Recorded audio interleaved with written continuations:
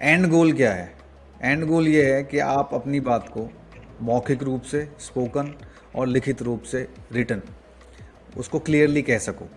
And गोल यही है कि किसी भी सिचुएशन में, यही है ना एंड गोल कम्युनिकेशन का, कि आप जी सर। जी सर। अपनी बात को पूरा, सिंपल और क्लियरली बोल सको। इससे ज़्यादा तो फिर आप कहीं आपको आपको लगता है कि मैं नरेंद्र मोदी की तरह भाषण दे पाऊँ, उसमें तो प्रयास और वर्ष और तपस्या बहुत सारी है। लेकिन जो एक बेसिक गोल है कम्युनिकेशन का, जो हर व्यक्ति को जिस स्तर पे होना ही होना चाहिए, वो भी नहीं है। समस्या ये है कि बहुत सारे लोगों की तो बेसिक स्तर यही है कि आप अपनी बात किसी भी सिचुएशन में, किसी भी माहौल में कह सकें क्लियरली।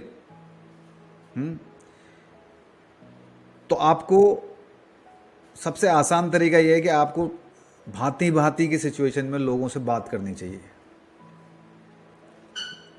ऐसे लोगों से जिनको आप नहीं जानते हैं।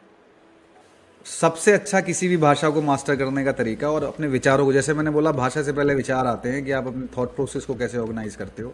सबसे अच्छा तरीका है कि आपको किताबें पढ़नी चाहिए।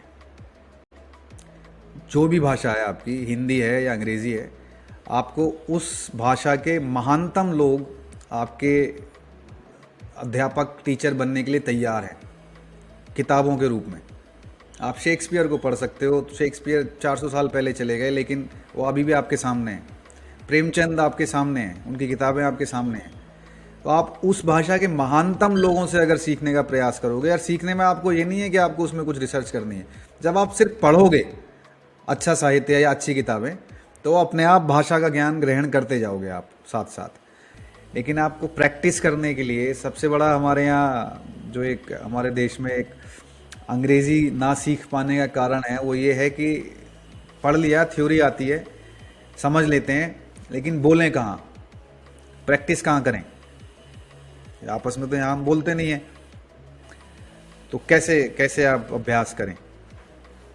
तो अभ्यास करना आवश्यक है। चाहे आप किसी एक व्यक्ति के साथ अंग्रेज़ी की प्रैक्टिस कर रहे हैं, आप किसी एक व्यक्ति के परिवार में, दोस्ती में, आसपास किसी एक व्यक्ति के साथ रोज़ 1 आध घंटे प्रैक्टिस करें, तो धीरे धीरे वो असहजता दूर होती जाएगी, वो नॉर्मल हो जाएगा फिर आपके लिए। फिर किसी डिफ़िकल्ट सिचुएशन में भी आप जाएंगे तो आपको, अब होता ये है कि हम घर में कभी बोला नहीं।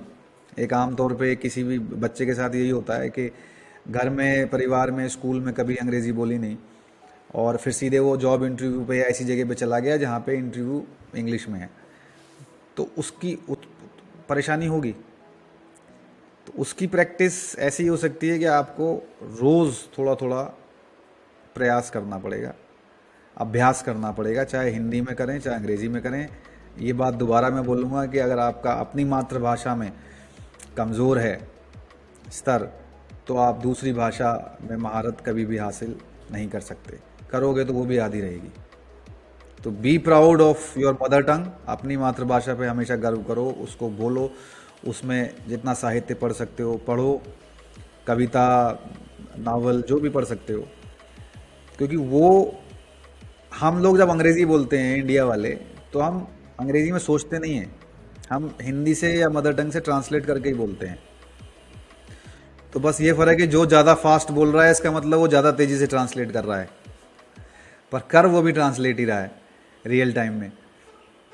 तो अब ट्रांसलेट का जो मटेरियल है वो आपकी मातृभाषा का ही है। अगर वो ही कमज़ोर होगी, वहाँ ही शब्द नहीं है आपके पास, तो आप क्या ट्रांसलेट करोगे?